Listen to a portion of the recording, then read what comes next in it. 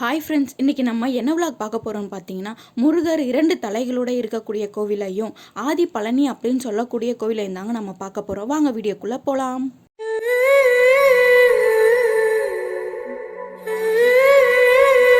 இந்த கோயில் 3000 வருஷம் பழமையான கோயில் அப்படின்னு சொல்கிறாங்க.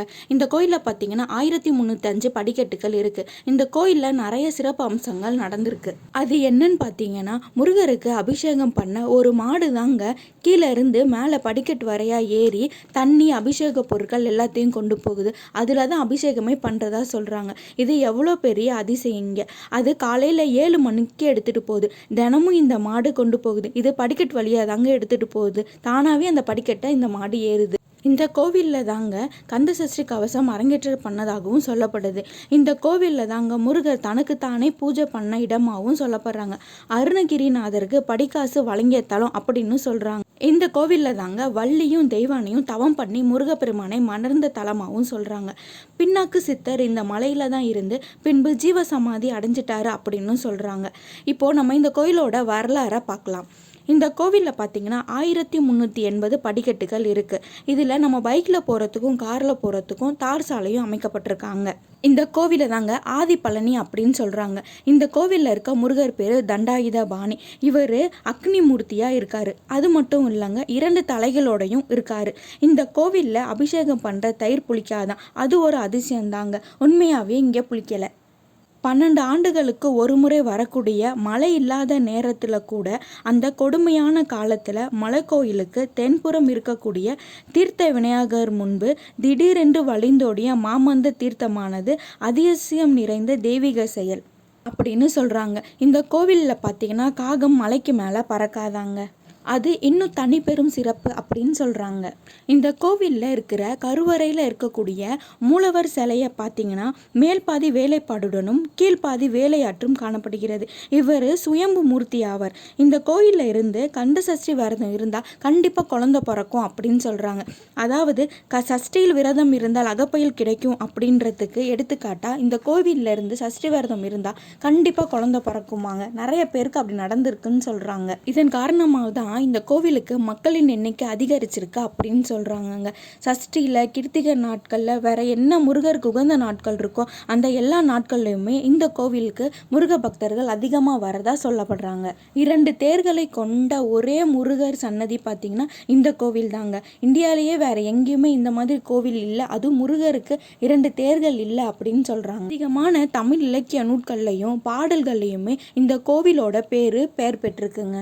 செவ்வாய்க்கிழமையில் இந்த கோவிலுக்கு வந்து முருகரை வழிபட்டால் நவக்கிரக தோஷம் தீரும் அப்படின்னு சொல்கிறாங்க. ஏன் அப்படின்னா முருகர் வந்து நடுவில் இருந்துட்டு இந்த கோவிலில் இவரை சுற்றி நவகிரகங்கள் இருக்குது. அதனால செவ்வாய்க்கிழமை அன்னைக்கு நம்ம வந்து இந்த முருகரை வழிபட்டால் கண்டிப்பாக நவக்கிரக தோஷம் நீங்கும் அப்படின்னு நம்புகிறாங்க. இங்கே வரும் தீர்த்தத்தை குடித்தா பல தோல் நோய்கள் தீரும் அப்படின்னு சொல்கிறாங்க. கந்த சஷ்டி கவசத்தில் வரக்கூடிய சிறகிரி வேலவன் சீக்கிரம் வருக அப்படின்னு சொல்கிறதும் இந்த கோவிலில் தாங்க. இது ஒன்று போதுங்க இந்த கோவில் எவ்வளோ பழமையான கோவில் அப்படின்னு சொல்கிறதுக்கு. நாங்கள் வரும்போது பார்த்தீங்கன்னா அப்போ தான் இந்த மாடு எல்லாமே செஞ்சு முடிச்சுட்டு கீழே இறங்குது. அதை பார்க்குறதுக்கு நாங்கள் மிஸ் பண்ணிட்டோம். உலகத்தில் உள்ள முருக பக்தர்கள் எல்லாருமே வந்து நம்ம தினமும் மனமுருகி கேட்கக்கூடிய படிக்கக்கூடிய கந்த சஷ்டி கவசத்தை இயற்றிய ஸ்ரீ பாலதேவராய அவங்க இந்த ஊருக்கு பக்கத்தில் உள்ள மடவிலகம் அப்படின்ற கிராமத்தை சேர்ந்தவராங்க. அவர் வந்து கந்த சஷ்டி கவசத்தை இந்த மலையில தான், அதாவது இந்த சென்னி மலையில தான் பாடணும் அப்படின்னு சொல்லிட்டு அவர் இந்த சென்னி மலையில தான் வந்து அரங்கேற்றம் பண்ணியிருக்காருங்க. குன்று இருக்கும் இடமெல்லாம் குமரன் இருப்பார் அப்படின்னு சொல்லுவாங்க. அதுக்கேற்ற மாதிரி தாங்க இந்த மலை கோயிலில் நம்ம தண்டாயுதபாணியும் இருக்கார். ஒரு கோவில் வந்து நல்ல சக்தியோடு இருக்கணும் அப்படின்னா அந்த கோவிலில் யாராவது ஒரு சித்தர்கள் ஜீவ சமாதி அடைஞ்சிருக்கணும் அப்படின்னு சொல்லுவாங்க. நானும் நிறைய கேள்விப்பட்டிருக்கேன். அதே மாதிரி தான் பார்த்தீங்கன்னா இந்த மலையில் பின்னாக்கு சித்தர் அப்படின்னு சொல்லிட்டு ஒருத்தர் வாழ்ந்து வந்ததாகவும் அவர் வந்து கொஞ்ச காலத்துக்கு அப்புறம் இந்த கோவில் மலைக்கோவில்லையே அவர் ஜீவ சமாதி அடைஞ்சிட்டதாகவும் சொல்லப்படுது. செவ்வாய் தோஷம் இருக்கவங்க இந்த கோவிலுக்கு திருச்செந்தூரில் சூரசம்ஹாரம் நடக்கிற அன்னைக்கு இந்த கோவிலுக்கு வந்து நெய் தீபம் ஏற்றினா அவங்களுக்கு செவ்வாய் தோஷம் தீரும் அப்படின்னு சொல்கிறாங்க. தன்னை தரிசிக்க வரும் பக்தர்களுக்கு பொருள் செல்வத்தையும் நாண செல்வத்தையும் வலது கையால் தருபவர் இந்த சென்னிமலை முருகர். இந்த முருகரை ஒரு முறை நம்ம வழிபட்டோம் அப்படின்னா நம்மளுக்கு புண்ணியம் மட்டும் சேரும் அப்படின்னும் பாவம் தீரும்னு சொல்கிறாங்கங்க. நம்ம இவ்வளோ நேரம் பார்த்துட்டு இருந்தது சென்னிமலை முருகன் கோவில் தாங்க. இந்த சென்னிமலை முருகன் கோவில் ஈரோடு மாவட்டத்தில் தாங்க இருக்குது. பெருந்துறையிலேருந்து நீங்கள் வந்தீங்கன்னா 14 கிலோமீட்டர் தூரத்தில் தாங்க இருக்குது. இந்த கோவிலுக்கு பஸ் வசதியும் இருக்குது. ஓகே ஃப்ரெண்ட்ஸ், இந்த வீடியோ உங்களுக்கு பிடிச்சிருக்கும்னு நினைக்கிறேன். இந்த வீடியோ உங்களுக்கு பிடிச்சிருந்துச்சுன்னா லைக் பண்ணுங்கள், ஷேர் பண்ணுங்கள், கமெண்ட் பண்ணுங்கள்.